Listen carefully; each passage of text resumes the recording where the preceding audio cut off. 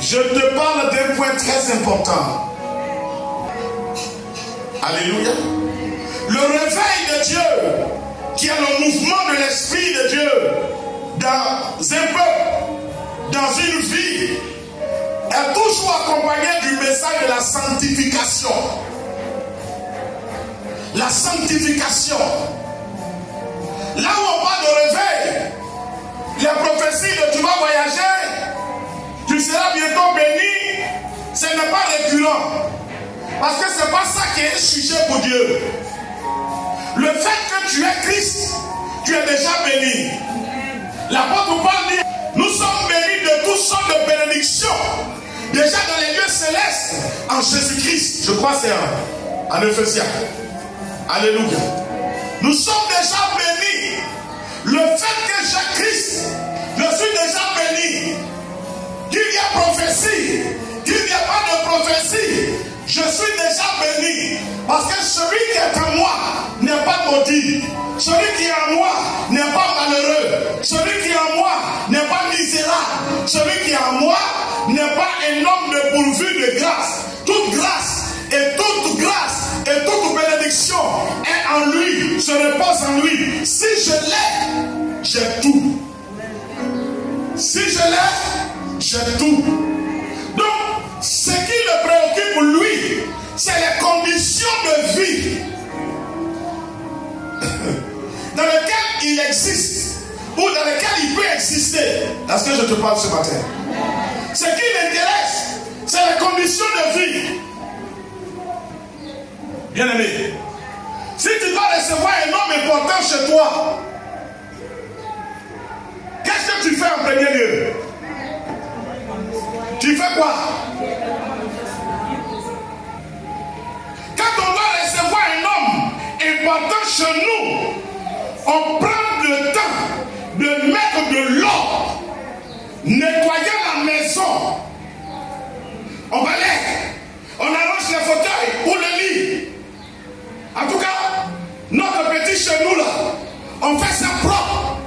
Parce qu'on ne veut pas que ce dernier vienne dans la saleté et nous trouve comment ça. Jésus va venir chez toi. Tu ne peux pas être un homme qui est dans le réveil, une femme qui est dans le réveil sans l'Esprit de Dieu. L'Esprit de Dieu donc doit venir chez toi. Il doit venir te trouver comment? Le Saint-Esprit va venir te trouver comment? Aujourd'hui, on est dans un temps où on est enflammé un jour. Demain, on a éteint. On est enflammé 2 jours. Après, demain, on a éteint. Mais on veut que le Saint-Esprit vienne dans notre saleté. Donc, quand on a insisté, si toutefois il est venu, il ne peut pas durer. Il est obligé de partir. Pourquoi? Parce qu'on ne réunit pas les conditions pour le recevoir. Est-ce que je te parle ce matin? C'est le fond de mon message que je t'ai donné comme ça. Vois Dieu comme un hôte, une personne importante que tu vas recevoir. Alléluia. Je suis venu te dire, réfléchis à l'homme que tu veux recevoir. Réfléchis, pense à lui. Pense à l'homme que tu veux recevoir. Et après toi, s'il est important, alors après ta maison, comme on reçoit les hommes importants. Si tu trouves qu'il n'est pas important, alors tu peux le recevoir comme tu veux. Mais pour moi, il est tellement important qu'on ne doit pas le recevoir n'importe comment.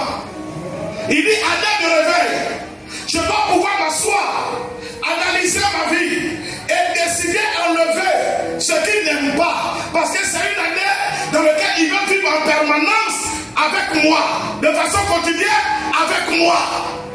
Je ne peux pas le recevoir dans la saleté. Je dois mettre de l'ordre. Je dois faire la maison qui est mon corps, mon âme, propre. C'est pourquoi je te dis une chose. La religion aujourd'hui ne peut pas te sauver. Parce qu'aujourd'hui, on veut tout admettre dans l'église. Or, l'église n'est pas un dépotoir. L'église, c'est un démembrement du royaume de Dieu. Dans l'église, nous avons l'esprit le plus saint dans le ciel et sur terre. Et en bas de la terre, l'esprit de l'église, il n'y a pas un autre esprit au-dessus de lui. Il n'y a pas un esprit plus propre que l'esprit de l'église. On l'appelle comment? Le Saint-Esprit. Alléluia. Voilà pourquoi je dis, on ne fait pas un effort pour connaître le vrai chrétien. Le vrai chrétien, on ne fait pas effort pour le connaître. Quand tu le rencontres, tu sais. De par son langage, tu sais. De par son comportement, tu sais. Tu as fait 1 heure avec lui, tu découvres qu'il est chrétien. Il y a des fois même, tu es assis à côté de lui, et puis ton intérieur te dit, c'est un chrétien. Quand le Saint-Esprit est en quelqu'un, lorsqu'on le voit, on sait. Amen. Quand le Saint-Esprit est dans la vie de quelqu'un, lorsque tu le vois, tu sais. Et je veux que tu arrives à une dimension où tu es dans le peuple, et puis des gens refusent de te saluer. Oh, c'est trop doux. Ce n'est pas parce qu'ils se moquent de toi. Ce qui est en toi les dérange. Donc il ne peut pas venir mettre sa main dans ta main. Oh, qui veut voir ça? Qui veut voir ça? Mais il faut que tu apprennes le terrain. Il faut que tu apprennes le terrain. C'est-à-dire, le monsieur, la dame te regarde. Et puis il dit sa présence le gêne. C'est cette année. C'est l'année dans laquelle on est. Il me plaît, mais je n'arrive pas à marcher avec lui. Ça veut dire le démon qui est en lui, l'esprit de ténèbres qui l'habite, voit l'esprit de gloire qui est en toi et est dérangé. Alléluia. Je veux dire une chose. L'église n'a jamais été persécutée parce que l'église est coupable de quelque chose. L'église a toujours été persécutée parce que l'église dérange. Lisez l'histoire. L'église n'a jamais été persécutée parce que l'église est coupable de quoi que ce soit. L'église tue, l'église non, l'église vole, non. L'église est persécutée parce que l'église dérange. Les gens, ils regardent l'église et ils retrouvent les saloperies comme dans un miroir. Il est avec l'autre, il est voleur, il ne s'en rend pas compte que c'est mauvais. Il marche avec toi 1 heure, il découvre qu'il a une saloperie. Et comme il ne veut pas changer, il se met à quoi? Te détester. Et il va commencer à te persécuter. Non pas parce que c'est toi qui es voleur, mais parce que quand il te regarde, il voit tous ses défauts. Il voit tous ses défauts. Et il voudrait bien ne pas les voir afin de continuer. Mais hélas, tu es un miroir pour lui. Oh.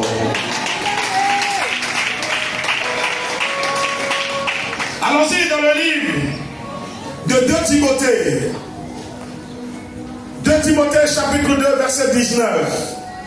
Le thème de mon message est: le Seigneur connaît ce qui lui appartient. Et la prophétie dit: ouvre ton cœur, sois sincère avec moi. Moi j'ajoute pour te dire oui, parce que le Seigneur connaît ce qui lui appartient. 2 Timothée chapitre 2 verset 19 au verset 23. Je vais demander au frère Hilaire de me lire cela. Néanmoins, le solide fondement de Dieu reste debout. Il dit néanmoins, le solide fondement de Dieu reste debout.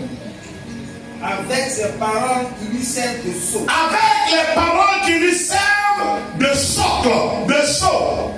Le Seigneur connaît ce qui lui appartient. Frère, il ne faut pas te tromper. Le Seigneur connaît ce qui lui appartient. Et quiconque prononce le nom du Seigneur, Quiconque prononce le nom du Seigneur, qui s'éloigne de l'iniquité, qui s'éloigne de l'iniquité. au vin.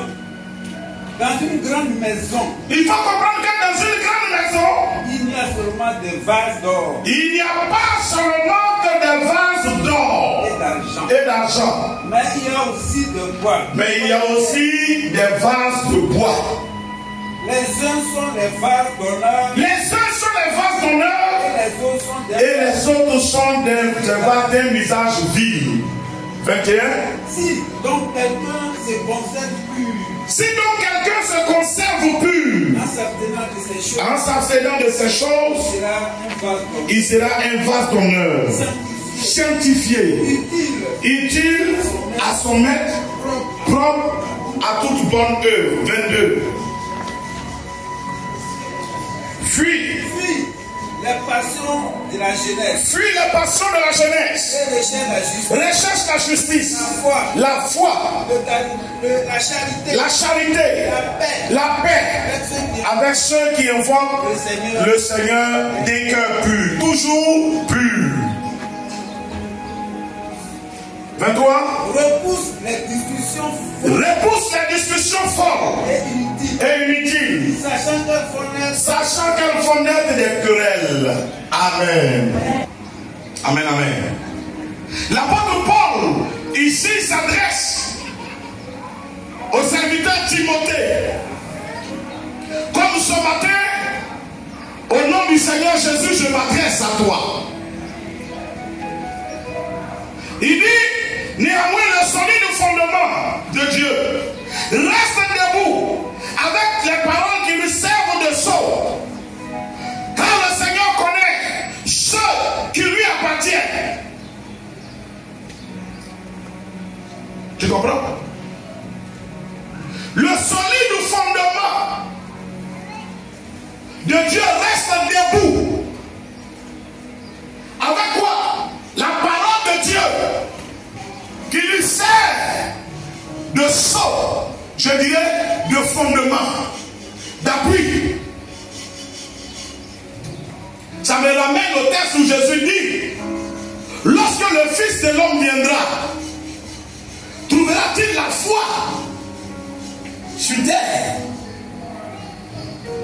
Or, la foi vient de ce qu'on entend. Et ce qu'on entend vient de la parole de Christ. Et sinon, il doit avoir un fondement émanant de Dieu dans la vie de quelqu'un. Ce fondement est lié à la parole de Dieu. Quelqu'un ne peut pas dire je suis solidement implanté en Christ ou en Dieu sans qu'il y ait la parole de Dieu en lui. Écoute-moi. Quelqu'un ne peut pas te dire j'ai la vie de Christ en moi sans qu'il y ait la parole de Christ en lui. Jésus ne peut pas se bagarrer avec quelqu'un. J'ai la parole de Jésus en moi. J'évite les paroles. En réalité, quelle est la raison? C'est parce que j'ai la parole de Dieu en moi qui, elle, dit que Jésus ne peut pas se bagarrer avec quelqu'un. Donc, comme j'ai cette parole en moi, j'évite les conflits, j'évite les palabres. Donc, ça veut dire quoi? J'ai la vie de Christ en moi. C'est la première chose que je te dis.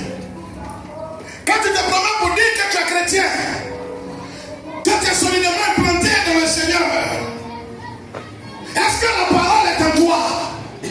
Tu es implanté dans le Seigneur selon les discours du monde ou selon la parole de Dieu? Si c'est selon la parole de Dieu, tu as la vie de Dieu en toi. Mais si c'est selon l'alignement du monde, selon ce qu'on dit dehors, alors je te dis, tu as la vie du monde en toi, tu n'as pas la vie de Christ en toi. Amen, amen. Il dit néanmoins le solide fondement de Dieu reste debout avec ses paroles qui lui servent de sceau. Le Seigneur connaît ceux qui lui appartiennent. Et quiconque prononce le nom du Seigneur, qu'il s'éloigne de l'iniquité. C'est la parole de Dieu lui-même qui le dit. Si tu veux prononcer le nom de Jésus et tu veux que ce nom soit efficace, il dit quoi? Éloigne-toi de l'iniquité. L'iniquité c'est quoi? L'iniquité c'est quoi? L'iniquité c'est quoi? Éloigne-toi du péché. Tu ne peux pas demeurer dans le péché et dire que tu vas dire au nom de Jésus et puis ça va impacter les démons.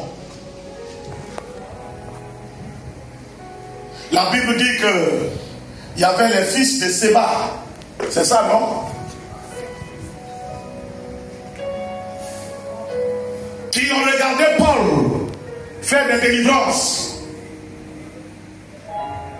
Ils n'ont pas cherché à comprendre. Ils sont allés trouver des cas de possession. Et ils ont commencé. Et aussi, au nom de Jésus que Paul prêche, sors. Au nom de Jésus que Paul prêche, sors. Les démons les ont battus copieusement. Les possédés les ont frappés copieusement. En répondant, on connaît Jésus, on connaît Paul, mais vous, qui êtes-vous? Frère, la vie chrétienne a ses réalités. Et je dis, toutes les autres religions sont des religions de la terre. Mais la vie chrétienne est une vie du ciel.